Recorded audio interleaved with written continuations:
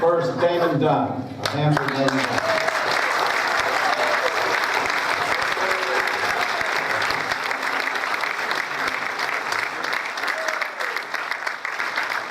And his opponent in the other corner is Robert Garcia.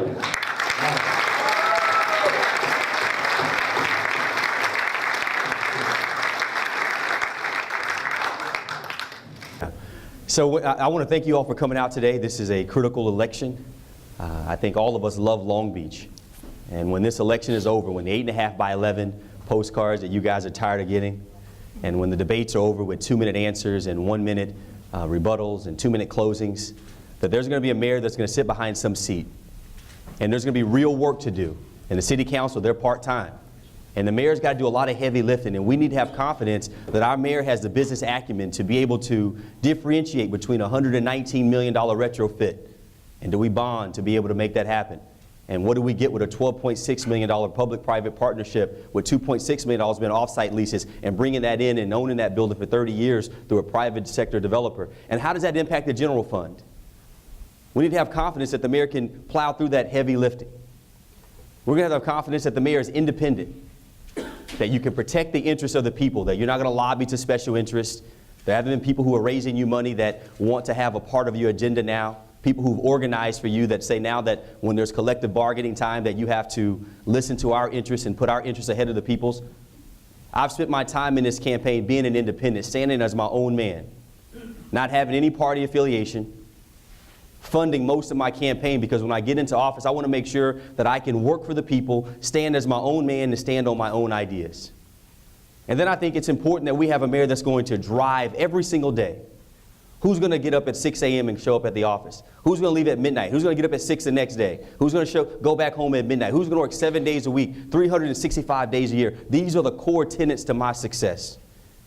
And if you give me an opportunity to lead this city, I'll take all the things I've been successful at, growing a business from $1 million to $160 million, being a student and being a straight A student at Stanford University and going on to play in the NFL.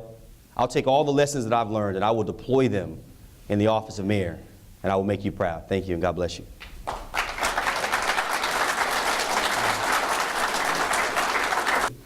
My name is Robert Garcia. I'm the Vice Mayor of Long Beach, and I'm running for mayor because I love our city, and I'm proud of our city. I moved to Long Beach 20 years ago, and in fact, my very first address was here at the dorms at Cal State Long Beach. And those 20 years, I've been able and learned to grow and love what this city is all about. This university takes more freshman applications than any university in the entire Cal State system. We have the economic engine of America in the Port of Long Beach. We have one of the best urban school districts in the country. A community college, it's one of the largest in the state of California. Diverse neighborhoods, hardworking people. This is a great place for families, for students, for young people, for seniors, and I think together we can make it even better. I'm proud of our record on the City Council and as your Vice Mayor for the last few years. We've taken the city from budget deficits to the first budget surplus in almost a decade. We've reformed our public pensions by working with our employees, not against them, in a pension reform package that will save the city over $250 million over the next 10 years. And today, crime is at a historic low in the city of Long Beach. So these are some really great things. Our city is going in the right direction, and I'm proud to have been your Vice Mayor for the last 2 years and on the City Council for the last 5, working hard to make this happen, working with Mayor Foster, working with the members of the City Council. So I want to thank you tonight for being here. I look forward to a discussion. Go Long Beach. I view the city and the role of the mayor in a variety of ways. Yes, it is a chief executive role, and that's important. But what's just as important is that the mayor of Long Beach serve as the ambassador and salesperson-in-chief of the city of Long Beach. It's important that we talk about how great of a city we have, not just here in our own city, but to the region and to our neighbors. It's important that we promote the city and all of the great things that come with it. We have, for example, the only downtown by the water between San Diego and San Francisco. We have great assets. We have a great place. And so the job of the mayor is to take all the things that we have and promote it, not just here, but across the region. It's also incredibly important that we stay on the financial track that we've been on. I'm committed to the financial reforms that we put in place.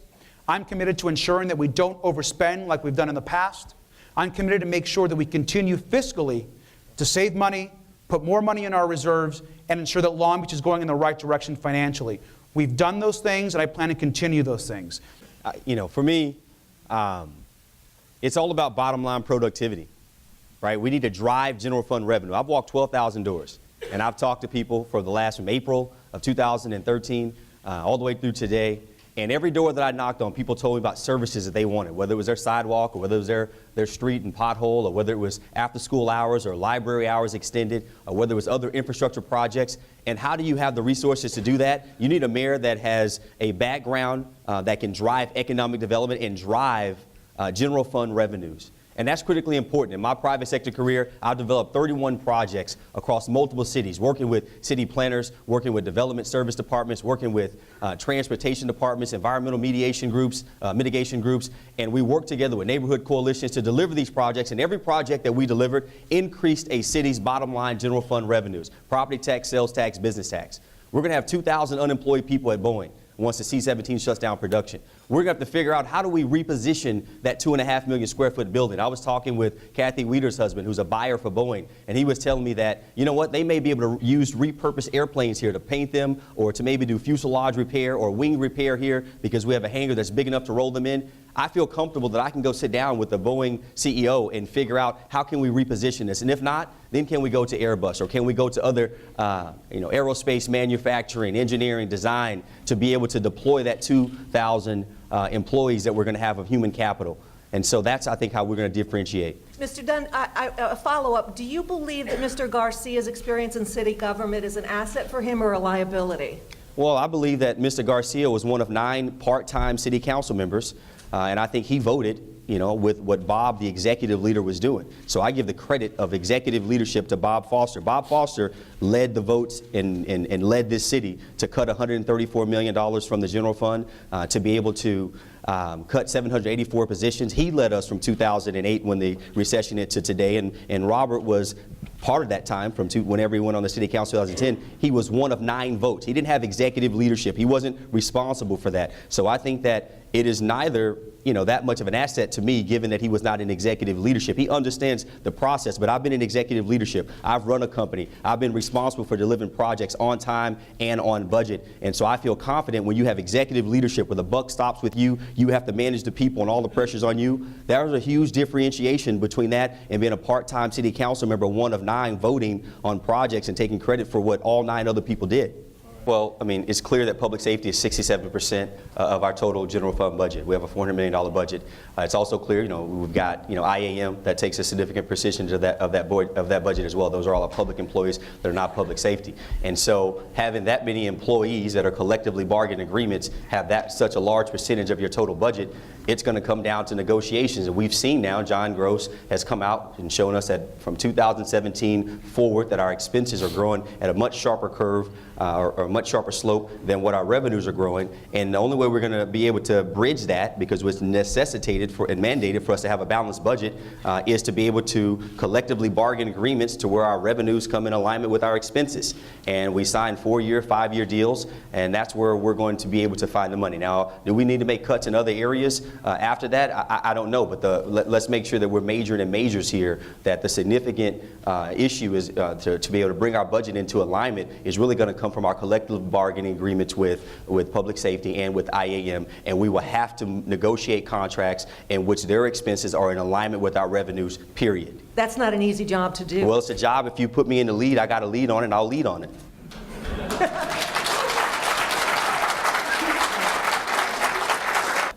Sure. I mean, to answer the question, I think it's important first that you look at what the current budget situation that we're in. The last few years have been extremely difficult when it comes to our budget and all the pensions that we've had to deal with. But I'm really proud of the fact that the city took the lead and did the right thing. The pension reform package that we put together, quite frankly, was some of the best municipal pension reform in the entire state of California. And we worked hard on this budget. I mean, this budget was difficult. We made cuts everywhere. As you know, over the last few years, we have lost hundreds and hundreds of positions. We've consolidated departments. We've done the heavy lifting. We've made the tough choices. But we're in a stronger financial place because of it, and that's a good thing. Now, moving forward, if you look at the budget projections, one of the things that's important is, I think Mr. Dunn alluded to the fact that when you look moving forward in a few of the years, 2017, 2018, you start seeing a larger deficit for the city.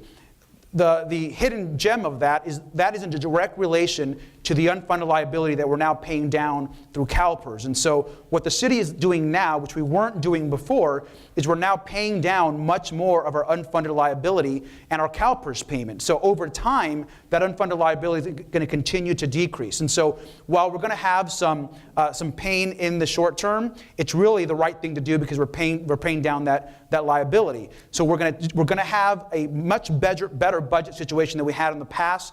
There's going to be some tough choices to be made. I don't see how we're able to get away from still looking at where we're able to make cuts or we're able to make adjustments. We're going to have to look at every part of the city, and it's going to be difficult because the decisions we've made have already been tough. But the book's got to be open, and we've got to make sure and we look at everything and every opportunity.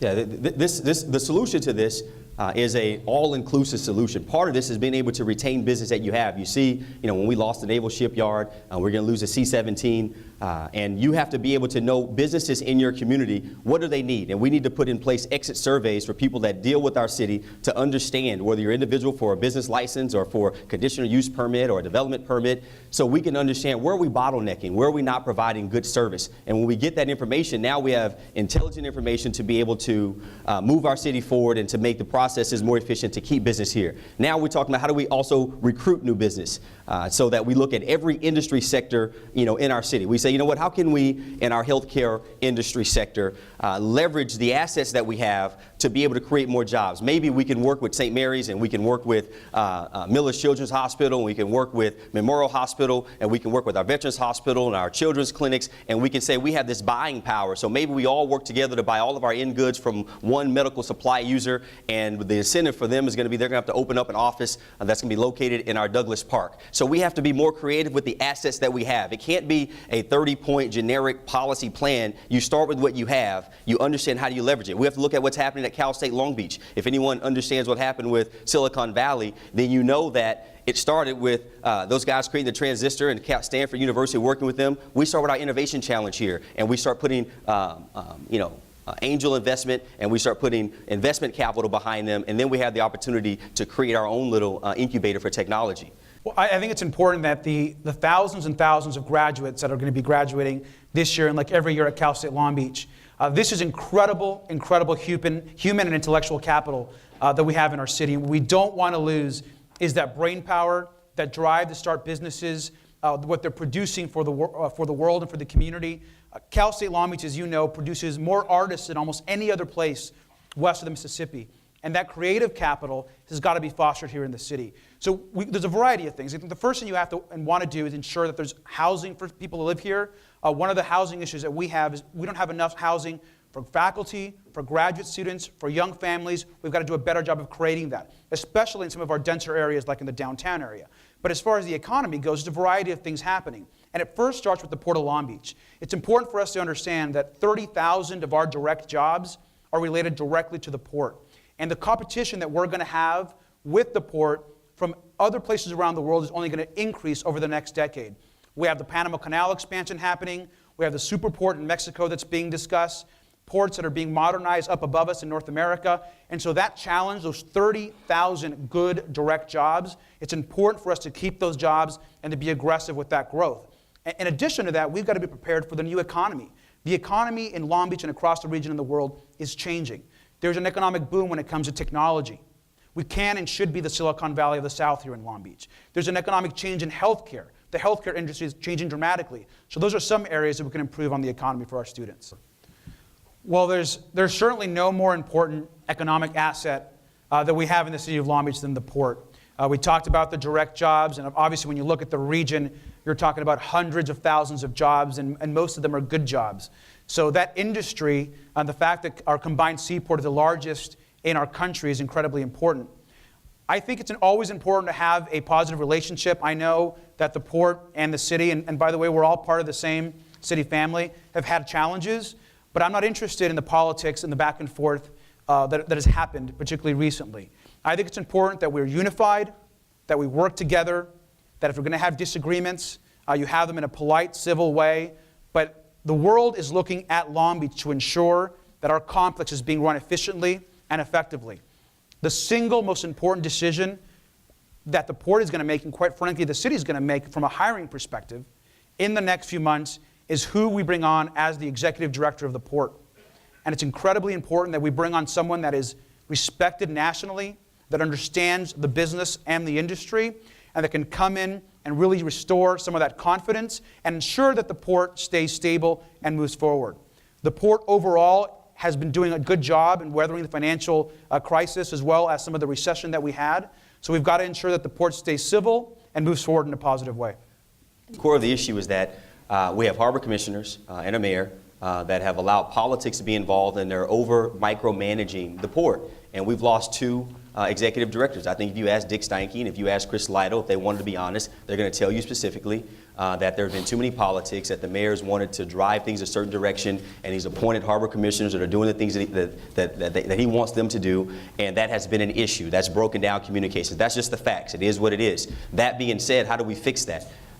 And that's had an impact on our shipping partners. I think you see John McLaurin over at PMSA. He's now come out and gave a big speech. I don't think that's good either. I think that our shipping partners haven't done the right thing. We need to keep our business in-house. And I think that, whether it's Doug Drummond or Rich Dines or the other harbor commissioners that have issues, you need to sit down with John McLaurin and the shipping partners. You need to say, look, we have issues. Let's talk about this here. When you deal with that in the press, relationships break down, and then we get a bad eye across the world looking at our port, and it makes it more difficult for us to be able to hire an executive director, particularly when Los Angeles is looking for an executive director and Puget Sound is looking for an executive director. And so how we're going to fix that? There's no easy fix. All of us are going to be there together for a very long time, and the shipping partners much longer than the rest of us because they signed 25 to 30-year leases. And so what we have to do is sit down as human beings and say, you know what? We have a civic responsibility, and that is to be able to move goods faster and at greater quantities to people who need it here, and then the non-discretionary, the discretionary and the non-discretionary is going, east. And so let us work together and be civil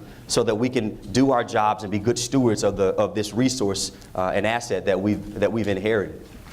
If you are a recent graduate of Cal State Long Beach and you are getting credentialed to become a school teacher, maybe at Long Beach Unified or a local school district, and let's say you marry another teacher, you cannot afford to buy a home in Long Beach as that new couple that just graduated and that's working hard. And you may not be able to for a few years.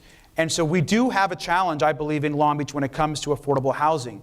The reality is that we've got to do a better job of building affordable housing at all levels. And I think when you look at the affordable housing issue, I think you're talking about different levels. You're talking about housing for very low-income families. And one example for that might be, or for the homeless, for example, the Villages at Cabrillo, which houses homeless veterans. That's one type of affordable housing, which we've expanded on, which I absolutely support. Then you're talking about also other levels of housing for families that are also maybe not at that low level, but middle-income families or working families. And I think there's still opportunities for us in the city to build on this housing, particularly along our transit corridors, in areas of downtown. The reality is that most of Long Beach is landlocked. We're not going to be building a lot of housing in East Long Beach or in parts of North Long Beach, but there are pockets in Central, in downtown, and even some at the very top in the 9th District where we actually could build some additional housing. And the last component of that is senior housing. If there's a need for affordable housing in the city of Long Beach, and a large need, is we've got to build more senior affordable housing because seniors are on a fixed income, and we've done some, but we can do a lot more. Affordable housing, the generally accepted definition is that someone will go into a specific unit and only 30% of their income will be used for that unit, and then there will be other means to be able to buy down the total cost of the development so that the end user is only spending 30% of their total income. And what happens, what we've been able to, in the past, been able to do is that we had redevelopment agency, and then all that tax increment that went and we bonded against it, 20% of all those dollars that went into redevelopment, 20% of it had to go into the Long Beach Housing Corporation, which was then used for affordable housing. The second way that we brought down the cost for affordable housing was through tax credits, and the state now has eliminated tax credits. So it's a finance resource issue that we have two tools that we no longer have to be able to buy down the cost for people who have low income to only spend 30% of their income on affordable housing. And so now we say, well, how do we solve this problem, or how do we give any resources to this issue? We have about $200 million worth of properties that were bought through the redevelopment agency process, and we can sell those properties if we choose to. And I still believe that based upon the letter and the spirit of what we agreed to, that 20% should be used. That'll be about $40 million for affordable housing. We don't have the ongoing revenue streams through tax credits and through the redevelopment agency to have an ongoing 20% going to the Long Beach Housing Corporation, but we can use the 20% of those proceeds if we end up selling those properties for affordable housing. Oh, yes, the arts should be a top priority. Here's the disconnect. What we find is that arts for it to be sustainable, you're going to have to reach the threshold of becoming an economic driver. And if you look at the cities like San Francisco, or you look at Chicago, you look at New York, you look at cities that have Austin, that have thriving arts communities, there is a way in which arts, they are using it to create economic development in their cities. And so that's the threshold. So there has to be some level of investment to do that. Now, in Long Beach, we have the most diverse city in the country. We have the most diverse city in the country, and yet we're in individual silos. We haven't figured out how do we leverage our diversity to impact our restaurants, to be able to draw tourists here. How do we do it so that it impacts the performing arts, so that we draw tourists here. We haven't put all the pieces together. So it takes strategic leadership to come in and say, how do we work all these pieces together? And I sat down with Stuart Ashby and Ron Nelson and Karen Desai, and we talked about Mr. Coates. We talked about how do we do this? How do we create an environment in which arts can reach that threshold of becoming an economic driver? And they had some really good ideas. Maybe it's starting with an arts festival, over the course of 1 week or 1 month, and we invest dollars into that to say that we're going to bring the best exhibits into MOLA or into the Long Beach Museum or into Chris Coates over at the Contemporary Museum, and we also bring in some off-Broadway shows, and we do that, and we have all of our restaurants on display from all of our different cultures, and now we have this arts festival week, and now we're seeing people here, there's economic development, and now it's sustainable because of that, as opposed to just saying $1 in and we don't know what's going to happen. So as mayor, you would follow up and make Absolutely. sure As mayor, I would be committed to providing that strategic leadership, but I would also be committed to saying that, hey, look, we're pricing oil at $70 a barrel. It's coming in at $105 a barrel. Pat West has already said we're $7.8 million ahead of projected revenue just after the first quarter of this year, of this fiscal year. And so we're going to have somewhere between $9 and $15 million of one-time revenues each year as long as oil keeps performing. I would be willing to cut a portion of those one-time revenues to invest into arts festivals to be able to prove the concept. In this private sector, we call that proof of concept, that it can actually drive economic development, meaning it can fill up restaurant seats, we can actually get people here, and we can show that it's an economic development driver. The creative economy is incredibly important here in Long Beach, and if you look at every great city, not just in the country but across the world, they have a strong art scene, they support the arts. Arts are very fabric of the city. And you think about all the great resources and the cultural assets that we have here in the city. You start with the university, obviously, the incredible arts programs, Musical Theater West, which is here as well, the Playhouse, the Museum of Latin American Art, our own Long Beach Museum, and all of the other great arts from the street artists on up that we have in the city of Long Beach. And so that is something that we should celebrate. I believe we have already a strong arts presence here in the city of Long Beach. But then the key question for the arts moving forward is always the funding pieces. Where does the public's responsibility come in when it comes to funding? And I do believe that there is a place for public funding of the arts. One of the things that's happened, again, back to the issue of redevelopment, and one of the great unfortunate circumstances of that elimination from the state, is that a lot of our arts projects and the sculptures and other art projects that we did that were both physical as well as other types have now been eliminated as far as a funding source. So we don't have that same funding source that we once had.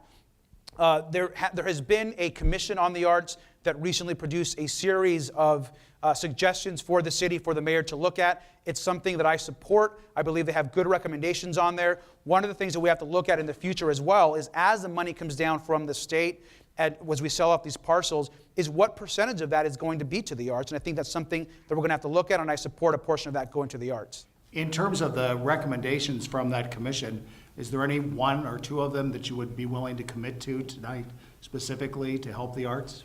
Well, I think one of the recommendations, which I think was important, we've discussed it at Arts Forums, is looking at there being a percentage. So if a development comes in, that a percentage of that development would include art, or a percentage of that would go to the arts for art on that site.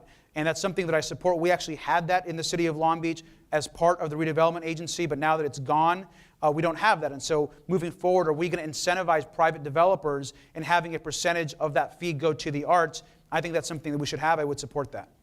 I am proud to be a 20-year resident of this city. I love this city. I've lived throughout the city. This is a great place to live.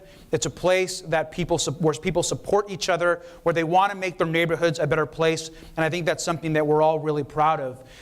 Growing up, I grew up in a tough situation as an immigrant.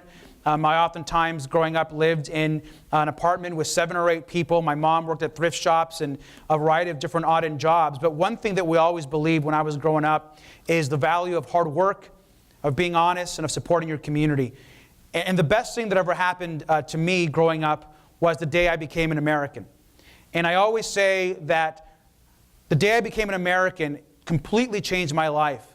I'll never be able to give back to my country what my country has given to me, and what my country has given to my family.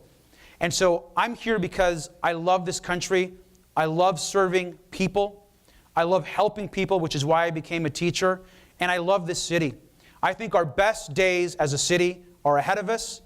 We will lead the city in the right direction. I want to thank you for being active, for being engaged. I'm running on a record of success. We've turned our city around. My name is Robert Garcia. I'm Vice Mayor of Long Beach, and I'm asking for your vote. Thank you. Let me tell you what you're going to get from me if I'm your mayor for the next 8 years. You're going to get a lot of hard work. I remember when I was a freshman at Stanford University and I learned the concept of hard work. I was driving by the backside of campus at midnight one night. It was raining. And I saw this one gentleman out there hitting golf balls in the rain at midnight. And then I came home at 3:30 in the morning, and in the rain with one light on, there's this one guy out there hitting golf balls at 3 o'clock in the morning. And I saw him in the training room the next day. We were 18 years old. And I was like, Tiger, what were you doing hitting golf balls at 3:30 in the morning in the rain? And with a straight face, no mixed emotions, he was like, it don't rain that much. So whenever it rained, I got to work on my rain game. And what I learned from that, see, life is lived forwards, it's understood backwards. But what I learned from that is, see, anybody can show up early once. Anybody can stay late once. Anybody can make 1A, have one good year in school, have one good year on the job, but can you do it over and over and over and over and over and over and over and over and over and over till it's no longer extra work? That's your normal level of productivity. In other words, can you maintain high levels of intensity over an extended period of time? And that's what allowed me to be successful when I learned this lesson. That's what allowed me to go to Stanford University and be an A student. That's what allowed me at my size to play in the NFL. That's what allowed me to take $1 million investment and grow it into a $160 million company. And that's what will allow me to be very successful if you give me the chance of being your mayor. I will give you everything I've got. I will show up every single day. I will live with integrity. I give you my word. Give me the opportunity to serve, and I will not disappoint you. Thank you. God bless you.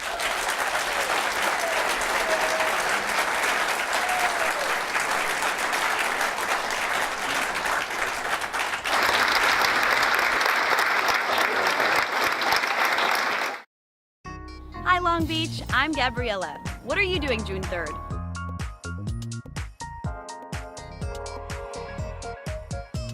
So don't forget, Long Beach. Express yourself. Vote June 3rd. You know I am.